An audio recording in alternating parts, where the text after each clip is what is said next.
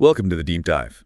Today, we're digging into something pretty significant, maybe even a bit surprising, that happened right on Independence Day. Yeah, a day usually for fireworks, not necessarily major legislation. Exactly. So, July 4th, President Trump signs this huge $3.4 trillion bill, tax and spending. They're calling it the Big Beautiful Bill, apparently. Happened at a White House ceremony, definitely grabbed headlines. It certainly did. So for you, listening in, trying to get a handle on what this actually means, what are the sort of core pieces of this massive bill? What makes it tick? Well, what really jumps out from the sources is just how broad it is. It's not just one thing. It's really a package deal. The analyses we looked at say this Big Beautiful Bill pulls together a few major policy threads. You've got the permanent extension of those 2017 tax cuts for one. Okay. Then a significant boost in funding for immigration enforcement. Right. And finally, it overhauls some key health programs. So yeah, tax, immigration, healthcare, all in one bill. Pretty comprehensive. Comprehensive is definitely the word. And I did see mentioned quite a bit of strong criticism surrounding. Oh, absolutely. That's a key part of the story here. The sources are very clear. Critics are warning this could strip health coverage from millions of people. That's a major point of contention reported. Okay, let's maybe unpack that first part then, the tax cuts. Yeah. Making the 2017 cuts permanent. That feels like more than just an extension. It feels like a statement. You know? It really does. It signals a long-term commitment. What do the sources say about the thinking behind that? The economic philosophy, maybe, and the impact, budget, taxpayers. Sure. So making those cuts permanent, remember, they largely benefited corporations. Higher earners initially, proponents frame it as locking in a specific supply-side economic approach. The idea reported is, boost corporate competitiveness, stimulate growth long-term through lower taxes. But, and this is a big but, in the analyses we read, there are serious warnings it could really blow up the national debt over time. Basically, you're locking in lower revenue, which could squeeze spending on other things down the road. It sets a very specific fiscal path. A path with potentially huge budget holes. Okay. Then there's immigration enforcement. You said expanded funding. That can mean a lot of different things.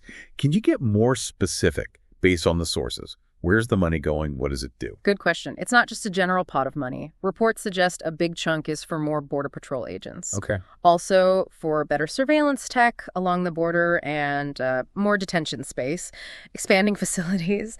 And some sources also mention more resources for enforcement inside the country, so potentially more workplace raids, things like that. So heightened enforcement across the board, basically. That seems to be the stated goal, yes. Enhancing security, speeding up deportations. Though, as you might expect, the sources also highlight the pushback. Concerns about due process, the human rights angle. Critics argue it could lead to overly aggressive tactics and really strain legal aid systems for immigrants. Okay, that clarifies the immigration part. Yep.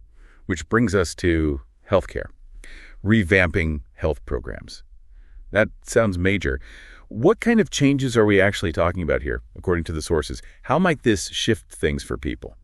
This is probably the most fiercely debated part of the whole bill. Our research shows it includes measures that would really change parts of the Affordable Care Act structure, particularly the subsidies that help people afford insurance. It seems to shift more responsibility and potentially funding decisions onto the states. Less federal money for some programs. So states get more control, potentially less federal cash. That's the idea proponents put forward. They argue it gives states flexibility, lets them innovate, maybe lower costs their own way. But that's where the criticism comes in, the one you mentioned earlier. Exactly. This is the flashpoint. Several analyses we reviewed are quite blunt. They warn these changes, especially to subsidies and state funding, could mean millions literally lose their health coverage. Millions. Wow. Yes, or face much higher costs, particularly if they have pre-existing conditions or are on the lower end of the income scale. The potential outcomes described are starkly different depending on who you ask. That's a really serious warning about coverage loss. Yeah. Do the sources give the other side too? How do proponents argue these healthcare changes help people or the system? Oh, yes, definitely. The sources reflect their arguments, too. Proponents say it's about creating a more competitive market, giving people more choices, more control over their insurance. They argue that cutting back what they see as federal interference will make healthcare more efficient, more affordable eventually. It really boils down to two fundamentally different philosophies on healthcare. Two very different visions for healthcare, clearly. So When you step back and look at this whole thing, this massive bill signed on July 4th, it really makes you think. Think about the sheer scale, hitting tax, immigration, healthcare all at once, and the completely opposing views it generates. What does that tell you maybe about where things stand politically right now? Yeah, it's a lot to take in, and this deep dive really highlights how quickly you can start to see the different facets of a major policy shift like this.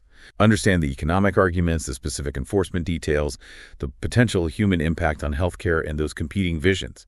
It's all crucial. Definitely keep exploring how these huge changes might play out for you and for the country. The story of the big, beautiful bill is really just getting started. Thanks for diving in with us.